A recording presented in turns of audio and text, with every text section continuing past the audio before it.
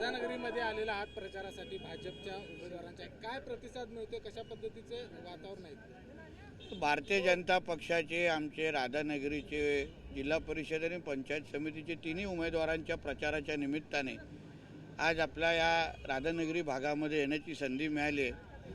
पूर्ण पद्धतीने भाजपमय आणि भगवामय वातावरण आहे. आज या भागाचा विकास करायचा असेल तर केंद्र आणि राज्यामध्ये भारतीय जनता पक्षाचं विचाराचं सरकार आहे. इथे एकही रुपयाची निधी अगर विकासाच्या दृष्टिकोनातून द्यायची असेल तर ते सगळे अधिकार आदरणीय मुख्यमंत्री साहेबांचे असतात. आणि म्हणून जिल्हा परिषद पंचायत समितीच्या माध्यमातून या राधानगरीचा विकास करायचा असेल तर भारतीय जनता पक्षाच्या कमळशिवाय दुसरा पर्याय नाही हे सांगण्यासाठी आणि समजवण्यासाठी इथे आलेलो. मला विश्वास आहे येणाऱ्या 9 तारखेला भारतीय जनता पक्षाचे सगळे उमेदवार विजयी होतील आणि आमचेच उमेदवार आणि कार्यकर्ते गुलाल उडवतील एवढा ठाम विश्वास आहे. पक्षपातीपणाचं वक्तव्य करताय, शपथ मंत्रिपदाची घेतली तरी कुठला पक्षपाती? निधीच्या बाबतीत हा, तो उद्धव ठाकरेने काय वेगळे दिवे लावलेले तेव्हा त्याला विचारलं नाही? मुख्यमंत्री म्हणून विरोधी पक्षाच्या किती आमदारांना निधी दिली त्यांनी महाविकास आघाडीच्या काळात? हां, आणि किती सरकार देवेंद्र फडणवीस साहेबांचे किती सरकारचे किती प्रकल्पाला स्थगित केलं? हा प्रश्न आम्हाला विचारण्याच्या अगोदर जे औषध महाविकास आघाडीच्या काळात उद्धव ठाकरेंनी मुख्यमंत्री म्हणून जे आम्हाला पाजलं तेच आम्ही त्यांना पाजतोय, विथ इंटरेस्ट पाजतोय. आणि म्हणून जो नियम आम्हाला विरोधी पक्षाचा आमदार म्हणून आम्हाला लावलेला, माझ्या मतदारसंघाचं नाव ऐकलं तर लगेच निधीची कपात व्हायची, एकही रुपयाची निधी द्यायची नाही. आणि मग काय संविधान आठवला नाही, मग पक्षपातीपणा आठवला नाही. आता कशा मिरच्या झोमतायत ते आहे ना, आता कसं वाटतंय, गारगार वाटतंय, तसा आहे विषय तो. महानगरपालिकेची निवडणूक जी आहे, महापौरपदाची निवडणूक ठाकरे शिवसेना देखील लढणार आहे अशा प्रकारची. आता काय आहे, उद्धव ठाकरेला तोंडावर आपटण्याची सवय झाली आहे. हां, नाक रगडण्याची सवय झालेली आहे. म्हणून परत एकदा नाक तोंडावर आपटणार. त्यांनी ते नाक म्हणजे तोंडावर आपटण्याची PhDच केली आहे ना आता उद्धव ठाकरेंनी. मुंबईच्या जनतेने तिथे भारतीय जनता पक्ष आणि महायुतीला भगव्या विचाराच्याच महापौर बसवण्याचे कौल दिलेला आहे. जय श्रीरामवाल्यालाच तुम्ही महापौर बनवा असं कौल दिल्यानंतर हे बाकीचे सरतनचे जुदावाल्यांना काहीच जागा नाही. म्हणून उद्धव ठाकरेंना सांगेन की तुम्ही आता मुंबईच्या महापौरचं स्वप्न बघू नका, कुठे इस्लामाबाद कराचीचा महापौर बसवायला बघा.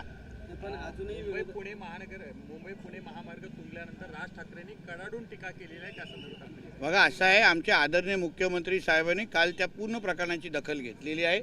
राज्य सरकार आमचं सक्षम आहे आणि म्हणून कुठल्याही अशा पद्धतीचे प्रकार घडले ज्याच्यामुळे जनतेला त्रास होईल, आमचं महायुतीचं सरकार सक्षम आहे. आम्हाला लोकांनी मतदान करून, आम्हाला खूप आमदार देऊन आम्हाला सरकारमध्ये बसवलेलं आहे. म्हणून जनतेचे सगळे प्रश्न सोडवण्यासाठी आम्ही सक्षम आहोत. बाकी सगळ्यांनी कोणीही काळजी करू नये. एका बाजूला सगळ्या जिल्हा परिषद निवडणुका महायुतीमधील घटक पक्ष काही ठिकाणी वेगवेगळे लढवत असले तरी एकमेकांवर टीका करायची नाही टोकाच्या अशा पद्धतीचे काहीसे सूत्र ठरलेले होते. मात्र काल सुहास बाबरांचं वक्तव्य तुम्ही ऐकलं असेल, एकेरी भाषेत त्यांनी मुख्यमंत्र्यांचं एक लक्षात घ्या, आम्ही महायुतीमध्ये आम्ही सगळे एकत्र आहोत.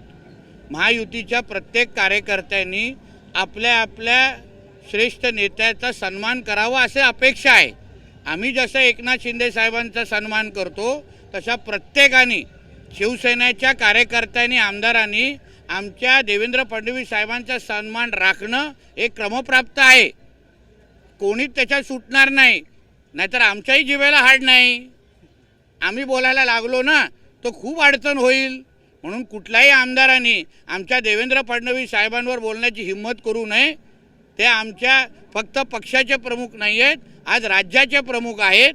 आणि म्हणून कोणाला अगर जास्त वळवळ करायची असेल तर मग आम्हालाही आरेला कार्य आणि अंगावर आले तर शिंगावर घेण्याचे सगळे कार्यक्रम आम्हाला व्यवस्थित येतात.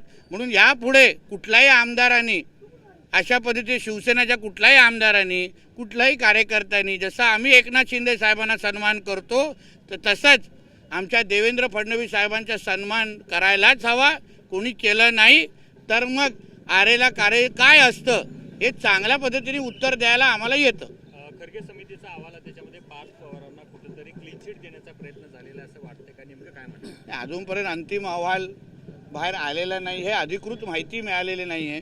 फक्त बातम्यांवर उत्तर देणं हे योग्य नाही. पण संजय राऊत म्हणतात की भाजपचा घोटाळ्यांची फाईल अजितदादांच्याकडे होती आणि म्हणून कुठेतरी त्या अपघाताबद्दल शंका येते.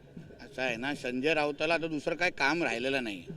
हां, इथे तिथे शंका घेतल्याशिवाय संजय राजाराम राऊतची सकाळच होत नाही. हां, त्याला घरात कसं सहन करतात हा फार मोठा प्रश्न झालेला आहे. आणि म्हणून तुम्ही जास्त त्याला गांभीर्याने घेऊ नका. त्याचं आता वय झालेलं आहे, त्याचं कोणी ऐकत नाही. भांडूपमध्ये पण त्याला कोण विचारत नाही. हां, म्हणून त्यांना सांगे की तू बडबड करत राहा, तुला कोणी बघत नाही तुझ्याकडे. अजितदादांच्यावर जो काही 70,000 कोटीच्या घोटाळ्याचा आरोप होता तो खरं तर पहाटेचा जो काही शपथविधी झाला त्याच्या आधीच त्या घोटाळ्यामधून त्यांची मुक्तता देवेंद्र फडणवीस यांनी केलेली होती असा आरोप आज विजय पांढरे नावाचे जे अधिकारी आहेत असं आहे ना, विभागातील तो माणूस आपल्यातून निघून गेलेला आहे. त्याचं कुटुंबियाचं दुःख पाहिल्यानंतर अशा पद्धतीचे हे जे काही उगाच वळवळ करतायत ना, त्यांनी आपलं थोडं तरी थोबाड सांभाळावं. आज पूर्ण महाराष्ट्र दुःखात आहे, त्यांचं कुटुंब दुःखात आहे. म्हणून अशा पद्धतीचे आरोप कधी कधी कधी करायचे याची काहीतरी वेळ आणि काहीतरी डोकं असलं पाहिजे ना, काहीतरी डोकं असलं पाहिजे. आणि म्हणून अशा लोकांना उत्तर न देणं हां हे बरं आहे.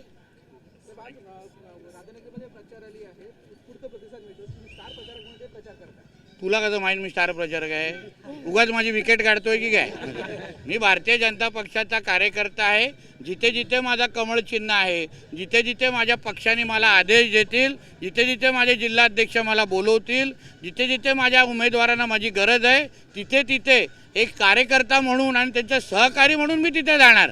स्टार फार प्रचारक मी नाही, एक लक्षात घे. ऐतिहासिक पन्हाळा गडावरती अनधिकृत मस्जिद उभारल्याचा आरोप होते. सदोबा तलावामध्ये जो ऐतिहासिक आहे त्यातच ही मस्जिद उभारली. बघा, जिहाद मुक्त गड किल्ले हे आमच्या महायुती सरकारच्या हिंदुत्ववादी विचाराच्या सरकारची प्राथमिकता आहे. म्हणून हे कुठेही हिरवे साप जाऊन अगर आमच्या गड किल्ल्यांकडे वाकड्या नजरेने बघत असतील ना तर आम्ही कदापि सहन करणार नाही. हे असे अनधिकृत थडगे, अनधिकृत मशिदी कुठेही असतील तर आमच्या देवाभाऊचा बुलडोझर उद्ध्वस्त करेल. हा काय तुमचा अब्बाचा पाकिस्तान नाही आहे की जिकडे तिकडे तुम्ही हिरवी चादर पसरवाल. म्हणून ती मस्जिद तुम्ही वेळेत तुम्हीच काढा, नाहीतर एक सकाळी ती एक मस्जिदीची एक पण वीट दिसणार नाही. हे सरकारचा प्रतिनिधी म्हणून मी तुम्हाला सांगतो.